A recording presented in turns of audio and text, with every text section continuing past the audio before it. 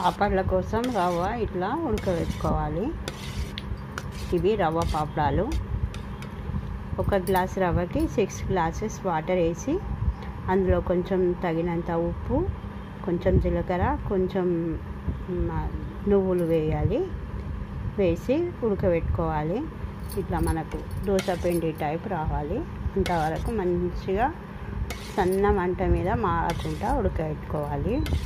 ఉడకబెట్టిన తర్వాత కింద దించిన తర్వాత మనకు ఇష్టం అనిపిస్తే కొంచెం కొత్తిమీర కట్ చేసి వేసి కలుపుకుంటే ఇట్లా గ్రీన్ కలర్లో ఉంటుంది. ఉడికేటప్పుడు వేయొద్దు, కింద దించిన తర్వాత వేసుకోవాలి.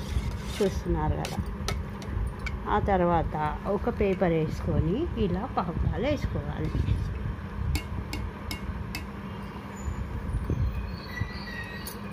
ఇలా సింపుల్గా పాపడాలు రెడీ అయిపోతాయి.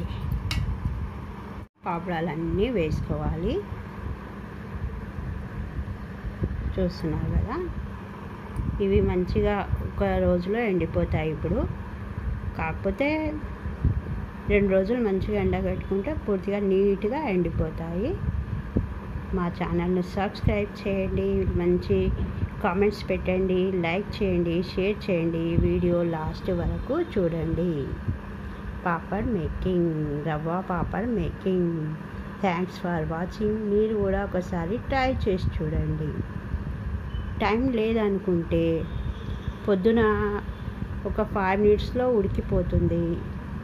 ఉడికిపోయింది మనం ఒక 5 మినిట్స్లో ఇలా పేపర్ పైన వేసి వెళ్ళిపోతే అవి మనం డ్యూటీకి వెళ్ళొచ్చే వరకు ఆరిపోతాయి. ఓకేనా ఫ్రెండ్స్, థ్యాంక్స్ ఫర్ వాచింగ్. మళ్ళీ వన్స్ అగైన్ మనము పిండిని పొద్దున తొందరగా ఒక 5 మినిట్స్ 10 మినిట్స్ టైం పడుతుందండి ఉడకబెట్టేసి. బయట పాపళ్ళు తింటే చాలా బాలే, ఎందుకంటే నూనెలో వేస్తే నూనె గడ్డగట్టుకుపోతుంది. ఆ నూనె పప్పులో వేయరాదు, కూరలో వేయరాదు, మళ్ళీ యూజ్ చేయడానికే వీలే లేకుండా ఉంటుంది.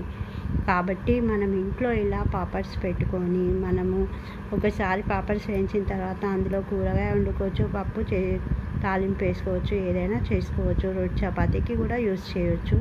మనం చేసే పాపడి నూనె చాలా బాగుంటుంది. బయట నుంచి వేయించిన పాపడి నూనె అది పడేయవలసిందే, ఇంకా మళ్ళీ దేనికి యూజ్ రాదు.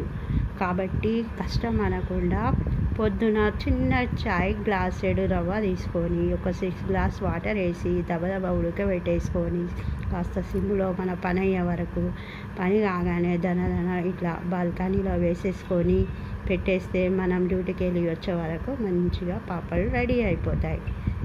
Thanks for watching. ప్లీజ్ మీరు కూడా ట్రై చేస్తారనుకుంటాను. బయటి వాటిని ఎక్కువగా అవాయిడ్ చేయండి.